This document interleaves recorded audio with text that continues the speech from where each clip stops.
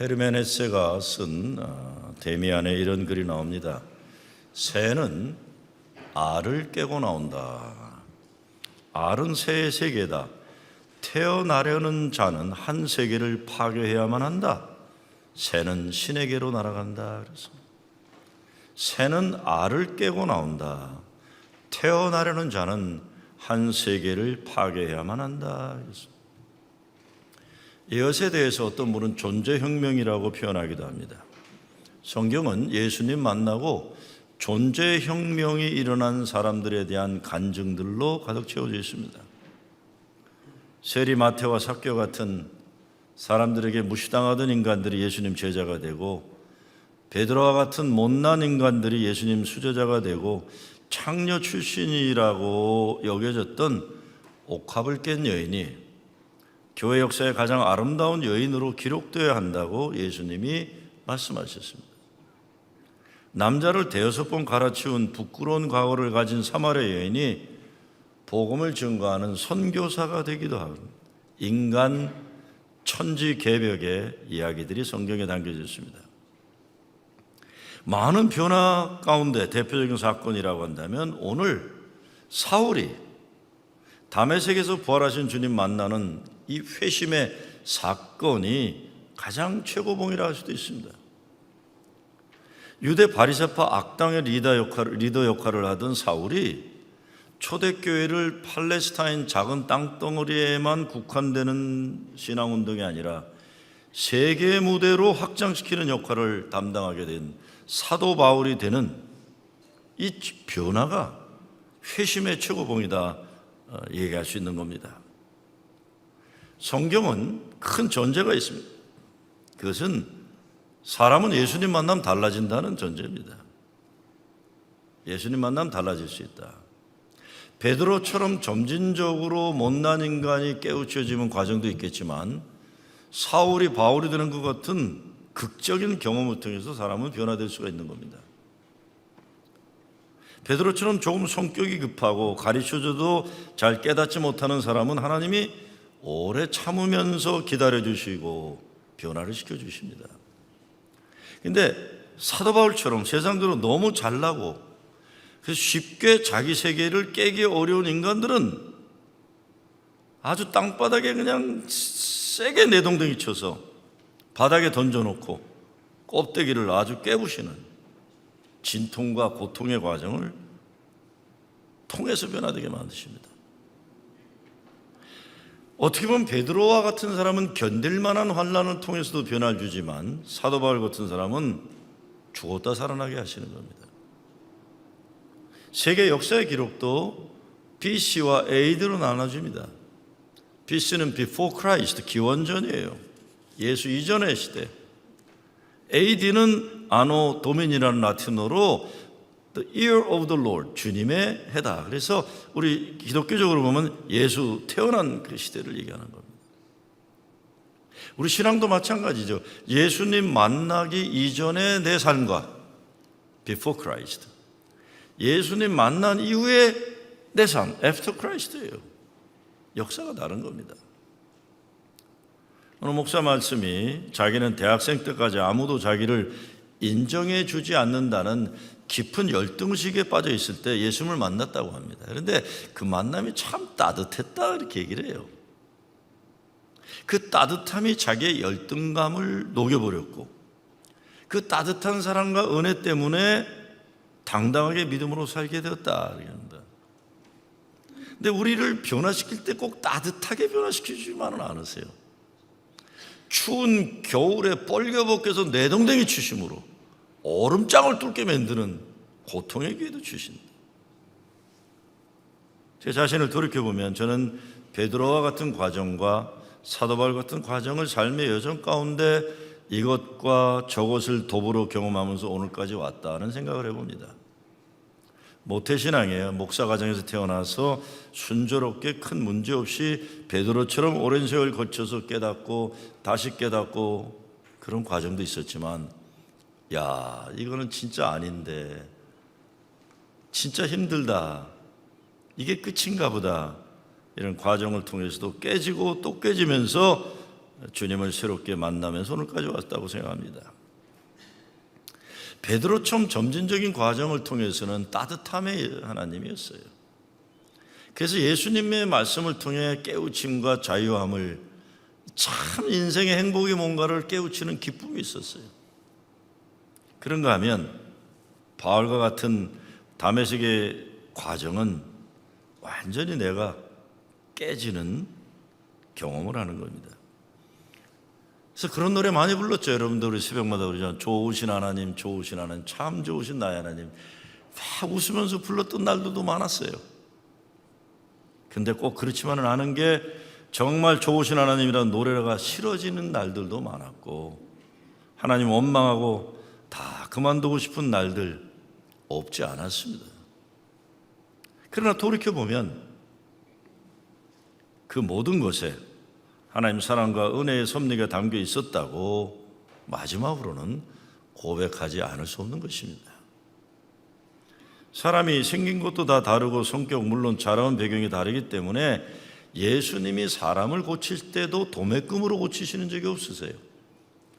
그 사람에게 독특한 만남을 통해서 그 사람을 변화시켜 주시고 고쳐주시는 것을 우리가 볼 수 있습니다. 그러나 대전제는 예수 믿고 나면 누구나 새로운 존재로 거듭난다는 이 전제가 성경의 배경입니다. 예수 믿으면 변할 수 있다. 바울이 이렇게 얘기하죠. 그런즉 누구든지 그리스도 안에 있으면 새로운 피조물이라. 이전 것은 지나갔으니 보라 새 것이 되었도다. 바울이 그렇게 못되게 예수 믿는 사람들 잡아 죽이는 일 하다가 부활하신 주님 만난 다음에 이 고백은 그냥 말장난이 아닙니다. 야, 나도 새롭게 될 수 있었다 이런 거예요. 알이 깨져야 하는 것처럼 때로 깨지는 과정이 참 아프고 두려울 수 있습니다. 그러나 모든 인간은 예수님 만나 새로운 존재가 되어야 합니다. 한국의 젊은이들이 하던 농담 가운데 이러겠죠. 알이 스스로 깨우고 나면 병아리가 될 수 있지만 남이 깨주면 반죽이 된다 해서 계란 반숙? 삶은 계란이 된다는 거예요. 남이 깨주면. 자기 스스로 깨고 나면 생명을 가라는 되지만 남이 깨주면 계란 프라이가 된다는 거예요. 계란 프라이. 깨고 나가야 되는 거예요. 모든 인간은 예수님 만나 새로운 존재가 되어야 된다는 이 전제가 전도와 선교의 대전제입니다. 이 자신감 가지고 예수 믿는 거죠. 오늘 다메섹에서 예수님 만나는 사울을 보면서 어떻게 어떤 변화가 우리 가운데 이루어져야 할 것인지 한번 생각해 볼 수 있기 바랍니다. 첫째, 이거 아닌데 엄청 잘못된 인생을 사는데 그런데 열심히 달려가는 거 이제 그만둬야 됩니다. 이거 사람을 잡는 일에 쓰임받으면서 열심히 사는 거 그만둬야 돼요. 그리고 예수님 만나야 됩니다. 이것이 사울의 다메섹 길입니다. 잘못된 열심으로 가득 차 있는 것. 스데반을 돌로 쳐 죽일 때 사람들이 효과적으로 죽일 수 있도록 사람들이 우솥을 벗은 걸 사울이 챙겼어요. 그리고 스데반의 죽음을 마땅히 하겠다고 8장 1절에 얘기하고 스데반을 그렇게 죽인 후에 가가오 다니면서 그리스도인을 잡아 남자들을 죽이려고 감옥에 보내는 일을 행했던 게 사울입니다. 스데반 죽인 후에도 여전히 위협과 살기가 등등했다. 오늘 9장 1절 말씀이죠. 그런데 이런 몹쓸 짓을 열심히 하면서도 자기는 하나님의 일을 최선 다해야 한다고 생각하고 있었던 겁니다. 오늘 성경 말씀은 사울이 살기가 등등해서 다메섹으로 도망한 그리스도인들을 잡아오기 위해 대제사장의 공문을 받고 가고 있는 내용이에요. 사람 잡는 일에 최고 열심히 하는 거죠. 나중에 자기가 회상하면서 26장에 가면 심히 격분하여 외국의 성까지도 가서 핍박했다라고 했어요. 예수 믿는 사람들이 너무 미워가지고 분노해서 그들을 박해했다고 자기가 돌이켜보는 겁니다. 그래서 디모데전서 1장에 보면 내가 전에는 회방자요 핍박자요 폭행자였으나 그래요. 예수 믿고 나니까 자기가 얼마나 못된 인간이었다는 걸 깨닫게 되는 겁니다. 그러니까 자기가 얼마나 못된 인간인가 못 깨닫 있으면 예수 안 만난 거예요, 여러분이 지금. 나쁜 짓 하면서도 그러고 있으면요. 이런 악한 일하던 거 그만둬야 됩니다. 하나님이 가만 놔두지 않으실 거예요. 그런데 악한 일이 아니더라도 환난과 연단의 과정을 통해 땅에 거꾸러지는 경험들을 하게 될 때가 있습니다. 이 순간은 하나님의 우리를 변화시켜 주시는 기회로 또 삼을 수밖에 없어요. 고은 시인이 여러분 잘 아시는 대로 내려갈 때 보았네 올라갈 때 보지 못한 그 꽃이 그 얘기예요. 내 실력으로 내 능력으로 잘 되는 줄 알았을 때는 아무것도 안 보였는데 땅바닥에 자빠져 있는 인생 바닥 경험을 통해서 하나님이 볼 수 있게 되었다. 바로 이때가 하나님 허락하시는 존재 혁명의 기회라는 겁니다. 바짝 땅에 엎어져서 나를 보고 하늘을 볼 수 있는 거예요. 예수 믿는 사람들은 바로 이 비밀을 간직한 사람들입니다. 세상 사람들이 볼 때는 인생의 바닥에 있었는데 예수님 만나고 실패와 상처를 후를 털고 일어나서 천하 가장 행복하고 당당한 존재로 살아가는 겁니다. 예수 모르는 사람들은 알지 못하는 은혜의 비밀이 있기 때문에 세상의 조건 때문에 더 이상 좌지우지 당하지 않는 거예요. 그러니까 세상적으로 잘나서 우쭐대지도 않고 세상적으로 어려우니까 찌그러지지도 않고 어떤 환경 중에서도 어떤 형편에서도 하나님 은혜로 만족하고 예수님 사랑으로 행복한 겁니다. 우리 인생길 잘못된 열심에서 돌아서야 할 때 빨리 돌아서야 됩니다. 우리가 다메섹에서 자빠져 있으면서도 계속 일어나서도 분노에 가득 차서 예수님 핍박하는 인생 산다면 이게 엄청난 불행입니다. 우리가 잘못된 열심을 어떻게 알 수 있습니까? 내가 열심히 하는데 감사와 기쁨이 아니라 화가 잘 나고 불평불만이 가득해지면 이거 왜 그럴까 점검해 봐야 돼요. 뭔가 잘못된 겁니다. 여러분 교회 일한다 그러면서 늘 불만과 뭔가 이렇게 돼 있으면 왜 그런가 생각해 봐야 돼요. 내가 왜 이럴까? 많은 경우는 교만일 수 있어요. 다른 사람보다 더 인정받아야 한다는 욕심이나 영혼이 채워지지 않는 열등의식일 수도 있어요. 그 예수님 만나 치유돼야 됩니다. 자꾸 심통 부린다고 해결되는 게 아니에요. 무엇보다 내가 열심히 하지만 나의 열심 때문에 사람들이 다치고 사람을 죽이는 일들을 계속하면 이건 잘못된 열심입니다. 여러분 정말 잘못된 종교적 신념 이런 거 무서운 겁니다. 지난 72시간 동안 미국은 테러로 인해 분노하고 있어요. 여러분 뭐 아랍 테러리스트를 어쩌고 하는데 아랍 테러리스트보다 미국 내에 있는 백인 우월주의자들 때문에 죽어가는 총기 사고부터 이게 너무 엄청 커요 지금. 어제는 바로 피츠버그에서 유대인들이 회당에 예배드리는데 백인 우월주의자가 들어가서 총기 난사하면서 이 땅에서 유대인들을 다 없애버리게 11명을 죽였어요. 켄터키 크로고에서 2명의 흑인 노인들이 사살당했는데 이 살인범이 바로 그 크로고 가기 전에 흑인 교회 들어가서 사람을 죽이려다 문이 잠겨서 못 들어간 사건이에요. 백인 우월주의자들이에요. 또 클린턴 대통령이나 오바마 대통령이나 민주당 지도자에게 사제 폭탄을 보냈던 인종차별 백인 우월주의자가 플로리다에서 며칠 전에 잡혔습니다. 천인 공로할 일들이 요즘 여기저기 일어나고 있어요. 우리가 사는 미국 땅 인종차별 백인 우월주의자들이 무서운 범죄를 저지르면서 부끄러워할 줄을 모르는 나라가 되고 있다는 것입니다. 왜 그렇습니까? 이 배경에는 잘못된 기독교의 백인 우월주의 쿠클러스 클랜, 이것이 조지아 포사이스 카운티에 본부가 있어요. 이 잘못된 침례교 목사가 중심에서 만든 게 쿠클러스 클랜이에요. 인종차별이에요. 그거를 자꾸 신학적으로 성경을 인용하면서 백인 우월주의를 정당화시킨 게 오늘까지 오고 있습니다. 세계 2차 대전 때 히틀러 광란에 놀아난 나치 독일이 유대인들을 600만 명 학살하면서 정당화시켰어요.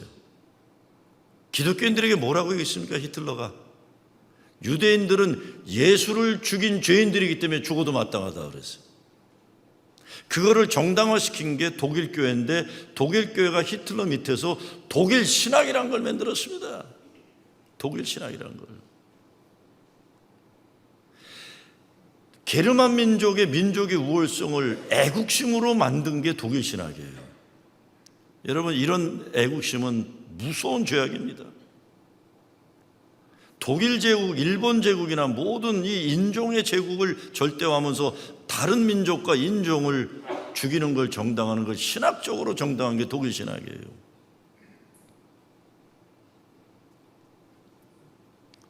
그런데 오늘날에도 이런 일들은 너무나 많이 일어나고 있어요.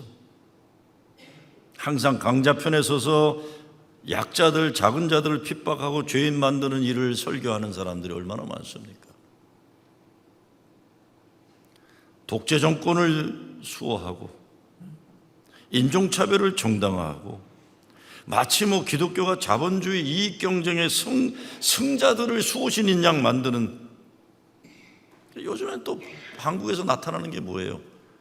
그동안 그 가짜뉴스가 어디서 생산되는가 봤더니 무슨 선교단체라는, 우리 성경에 나오는 여자 이름 들어갖고 만든 기독교 우파들이 만든 거라고 요즘 드러나고 있잖아요. 그걸 목사들은 사실화시켜서 설교하고 있고 우리 교인들도 그 영향 받고 아직까지 있고 그러고 있어요. 역사 앞에서 부끄러운 줄 알아야 돼요. 저 참 신기합니다. 생각을 안 하고 왜 예수 믿으려고 그런지 모르겠어요.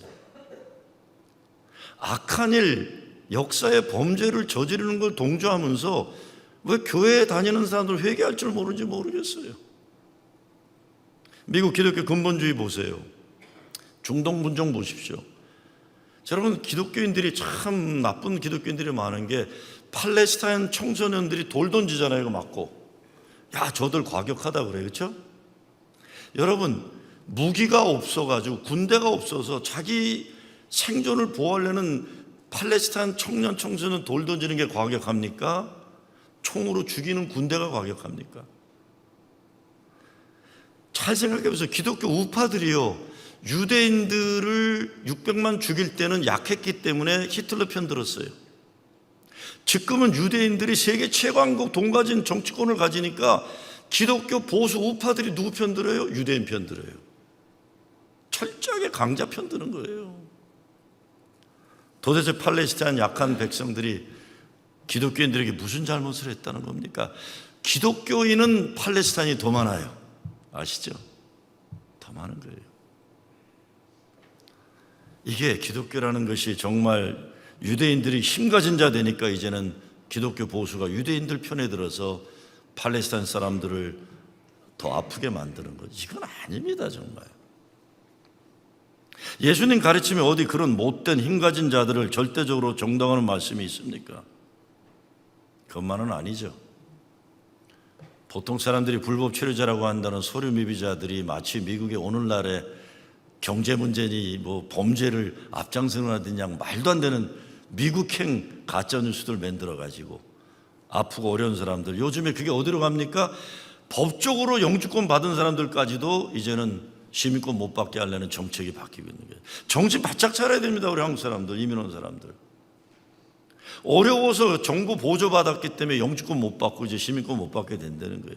왜 분노하지 못하는지 모르겠어요. 그래서 시민참여연대 일불운동에 참여하시라는 것도 그 얘기입니다. 우리들의 이민자들의 인권을 보호하기 위해서 동참해야 되는데 우리의 사고 의식과 마음은 강자들, 악한 권력 가진 자분들에게 너무 빨려 들어가 있어요. 정신 조금만 차리고 보면 예수님이 기뻐하시는 게 뭔가 분명히 나타나시는데,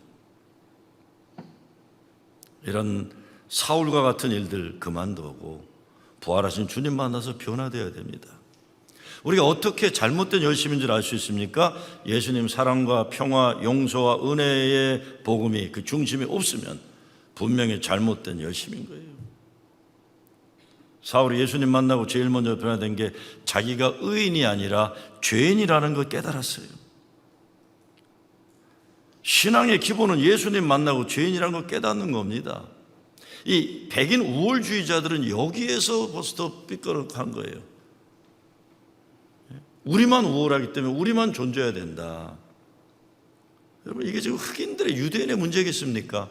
아시아인들은 지금 대상도 아닌 거예요. 완전히 무시당해가지고요. 다메섹 체험의 고백이 내가 전에는 회방자요, 핍박자요, 포행자였지만 이러는 겁니다.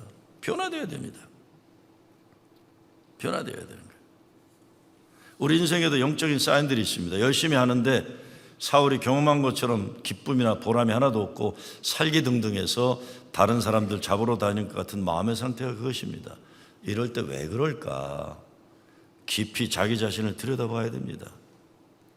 무엇이 기쁨과 감사, 은혜의 통로를 막히게 하는 것일까? 잠시 자기 자신을 쉬게 하고 들여다보아야 하는 겁니다. 이 과정을 통해 무엇보다 고통 가운데 감추어져 있는 하나님의 은혜를 우리는 비로소 보게 되는 겁니다. 사울의 다메섹 체험은 큰 아픔이지만 그러나 아름다운 고통의 시작이에요. 사실은 오늘 말씀에 눈이 껍질이 벗겨지고 좋아졌다고 그러지만 아시다시피 사도 바울은 평생 그 눈 아픈 것 때문에 하나님께 그렇게 기도해도 내 은혜가 내게 족하다는 말씀 하나 들어야 됐었어요. 아픔을 가지고 살아야 됐어요. 그렇지만 흔들리는 다메섹의 과정을 통해 하나님과 만나고 부활한 주님 때문에 새 인생을 살게 되는 거죠. 오늘 사울의 회심에 두 가지 현상이 나타나는데 첫째는 빛으로 나타나고 두 번째 소리를 들려줍니다. 그 마음속 어두움이 주님 만나 빛으로 변화됐고 자기 의에 가득 차 있던 이 독선이 하나님 말씀이 소통하게 되는 귀가 열리는 사건이 일어났다는 거죠. 어떻게 보면 눈을 잠시 멀게 해준 것도 그렇게 해석해 볼 수 있어요. 이제는 율법주의자의 잔인한 눈으로 세상을 보지 말고 십자가 예수 그리스도의 사랑과 은혜의 눈과 마음으로 세상을 바라봐라. 여러분, 오늘 어디로 급하게 달려가고 있습니까? 그것이 다메섹입니까? 아니면 예수님 십자가에 달려 죽으시는 실망에서 돌아온 엠마오의 길입니까? 다메섹이라면 내 스스로 의롭게 여김에 사로잡혀 달려가고 있는 삶 결국 무너지고 말 겁니다. 하나님 기쁨과 영광이 아닌 열심은 결국 무너질 거예요. 우리 모두는 그릇된 길, 죽음의 길을 가고 있는 자에게 찾아오시는 예수님을 만나야만 합니다. 사람에게 두 길이 있습니다. 저는 죽음의 길과 생명의 길입니다. 잠언 말씀에 어떤 길은 사람의 보기에 바르나 필경은 사망의 길이니라 말씀하고 있습니다. 청소년 시절 방탕한 인생 살던 청년이 있었습니다. 늘 날마다 친구들 알고 몰려다니면서 술 마시고 싸우고 장사하는 사람들 물건 훔치고 파괴하고 그러는 거예요. 어느 날 술을 마시고 계속 나쁜 짓 하다 2차, 3차 술 마시러 가는 중에 어느 교회 앞을 지나가다 보니까 교회 앞에 붙어있는 현수막을 보게 됩니다. 교회 앞에 이런 글이 써 있었어요. 로마서 6장 말씀입니다. 죄의 삭은 사망이요, 죄의 삭은 사망이요, 하나님의 은사는 그리스도 예수 우리 주 안에 있는 영생이니라. 그런데 그 순간 죄의 삭은 사망이라는 말씀이 그의 가슴을 파고들었어요. 친구에게, 야, 우리 오늘 교회에 들어가 보자. 다른 친구가 술 취해갖고 너나 들어가라 이놈아 그러고 길 갔는데 신기하게 그 사람은 그날 예배당에 들어갔어요. 예배당에 뒤에 앉아서 자기 인생을 돌아보면 눈물로 회개하는 사건이 일어나고 나 인생 이렇게 살지 않겠다 결단을 하게 됩니다. 결국 신앙생활이 시작되면서 공부를 하게 되었고 공부하다가 감옥에 간수장 되기, 시장이 되었다가 주지사가 되었다가 나중에 미국 22대 대통령 그로버 클리블랜드가 되는 거예요. 대통령이 되었다는 겁니다. 근데 클리블랜드가 대통령이 취임하던 날 술에 빠져 있고 범죄를 저지르고 사람을 죽여 살인자가 되어 사형수로 교도소에 있던 어떤 사람이 클리블랜드의 대통령 당선 신문을 보고 있었는데 그 친구가 바로 30년 전에 교회 앞을 함께 지나갔던 그 친구라는 거예요. 한 사람은 예배당에 들어가 변화되었고 한 사람은 그냥 술집으로 향했던 겁니다. 우리의 인생이란 생을 누구와 함께 어떻게 지내냐, 누구를 만나느냐. 클리블랜드처럼 그리스도를 만나 인생 거룩한 존재혁명을 이룬 인간이 있는 것 반면에 다른 친구처럼 술과 범죄 인생 낭비하다 사형의 이슬, 장의 이슬로 사라지는 사람도 있다는 겁니다. 지금 준비가 얼마나 될지 모르지만 12월 첫 주에 이웃 초청 주일로 우리가 이제 가까운 친지들이나 친구들, 가족들 초청하는 주일로 시켜요. 너무 큰 기대하지 말고 교회 같이 가자고 기회를 주시기 바랍니다. 우리가 할 수 있는 것은 우리가 아끼고 사랑하는 사람들에게 기회를 주는 것. 교회 같이 가자. 야, 친구들이나 가족, 우리 12월 첫 주일 가족들 다 함께 예배드리고 같이 짜장면 먹자. 뭐 좋아요. 언제 어떻게 될지 우리는 알 수 없지만 예수님 만나야 되는 기회가 없으면 인생은 극과 극이 될 수도 있는 겁니다. 나중에 걷잡을 수 없죠. 그 사람 존재혁명의 변화는 성령이 하시기 때문에 그분에게 맡겨도 나는 교회 같이 가자. 끊임없이 초대하는 거예요. 단 한 번 주어진 인생, 한 번 가면 다시 오지 않는 세월, 이 인생을 낭비하지 않고 거룩한 존재혁명을 언젠가는 우리가 이루어야 됩니다. 예수님은 내가 곧 길이요 진리요 생명이라 말씀하시고 나는 부활이요 생명이니 나를 믿는 자는 죽어도 살겠고 무릇 살아서 나를 믿는 자는 영원히 죽지 아니하리니 이것을 내가 믿느냐. 여러분이 죽음과 생명의 관계가 되는 게 교회입니다. 사람을 살리는 일에, 죽어가는 사람을 살리는 일에 쓰임받는 게 교회인데 교회 와서 그냥 저는 주일날 누가 쓸데없는 놈을 자꾸 이건 듣지도 않아요. 그냥. 오늘도 누가 그냥 안 들린다고 그러면 내 방으로 가봐요. 왜 듣고 싶지가 않아요. 쓸데없는 소리 하니까. 정말 영어로 who cares예요. who cares. 여러분 우리 교회 안에 일어나는 일들이요 어마어마한 인생의 아픔과 고통과 죽음과 삶이 계속해서 일어나는 이게 예수님 아니면 살 수 없는 삶의 현실이 여기 모여있는 게 교회예요. 근데 교회 와서 쓸데없는 말 계속해야 되거나 예수 믿는 사람답지 않은 행동을 해갖고 남을 괴롭힌다거나 나를 믿는 자는 죽어도 살겠고 무릇 살아서 나를 믿는 자 영원히 죽지 아니하리니 이것은 내가 믿느냐. 부활하신 예수님을 만나야 당대 천하 망나니 어거스틴이 변해서 예수님 만나서 로마서 말씀으로 변했죠. 웨슬리가 변했고 칼빈이 변했고 무디가 변했고 빌리그램이 변했고 제가 변하고 여러분이 변하고 있는 것입니다. 변화는 어떻습니까? 인생의 거룩한 의미가 주어지고 목적이 주어지고 삶에 희망이 생기고 혼자 있어도 외롭지 않고 죽음이 두렵지 않아요. 오늘 아침에도 새벽에 우리 권사님 떠나서 가족들이 왔는데 아마 가족이 섭섭하셨을 거예요. 저는 슬퍼하는 가족들과 함께 슬퍼하는 거 잘 안 해요. 그래서 내가 따님한테 그래서 아드님한테 예수 믿고 살다 믿음 안에서 떠나셨으니 이번에 장례식은 Thanksgiving for life lived 살아온 삶에 대한 감사와 Celebration for new life in heaven 천국에서 새로운 시작의 축복이다. 슬퍼할 기회도 안 줘요. 제가 어떤 때 슬퍼할 기회. 여러분 삶과 죽음이 우리에게 달려있는 게 아닌데 그러나 믿는 사람은 죽어도 살고 살아서 영원히 죽지 않는다는 거예요. 이 믿음 때문에 두렵지 않아요. 한때 유교에 심취했던 이모당이 예수님 만나 회심했습니다. 그리고 그가 이런 말해요. 동양의 최고의 석학이 이런 말합니다. 나는 주일 아침 교회에 앉아있을 때 행복을 느낀다.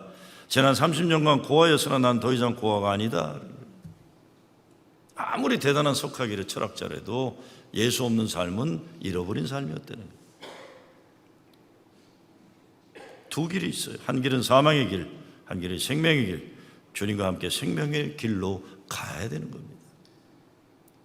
무엇보다 부활하신 주님은 고통 중에 있는 사울을 찾아주세요. 8절에 보면 아무것도 보지 못했다. 9절에 보면 사울 또 음식 먹지 못고 보지 못했다. 예수님은 사울을 그 고통 가운데 그대로 놔두지 않으시고 10절에 보면 아나니아를 보내고 안수하여 다시 보게 만들어요. 12절에 19절에 보면 음식을 먹고 강건해졌다라고 했어요. 사도행전은 고통 가운데 오시는 예수님을 반복해서 증거하고 있어요. 삶의 고통이 우리에게 있으면 그 시간은 주님이 만나시고자 하는 시간입니다. 건강 문제로, 인간관계로, 먹고 사는 문제로, 자녀 문제로, 부부 갈등으로, 미래 불확신으로 변면하면 고통 중에 찾아오는 예수님이 여러분을 만나고 싶어하는 거예요. 제가 얼마나 못돼 먹었냐면 누가 어렵다 그러면 잘 안 들어주잖아요. 며칠 전에 어떤 젊은이가 부부싸움 해갖고 씩씩거려서 야 이혼해라 그랬어요. 야 혼자 살아 임마 얼마나 좋겠어 그랬더니 이러고 쳐다보고. 여러분 아직 덜 힘들어서 우리 그래요. 그렇죠? 덜 힘들어서 그래요. 덜 힘들어서.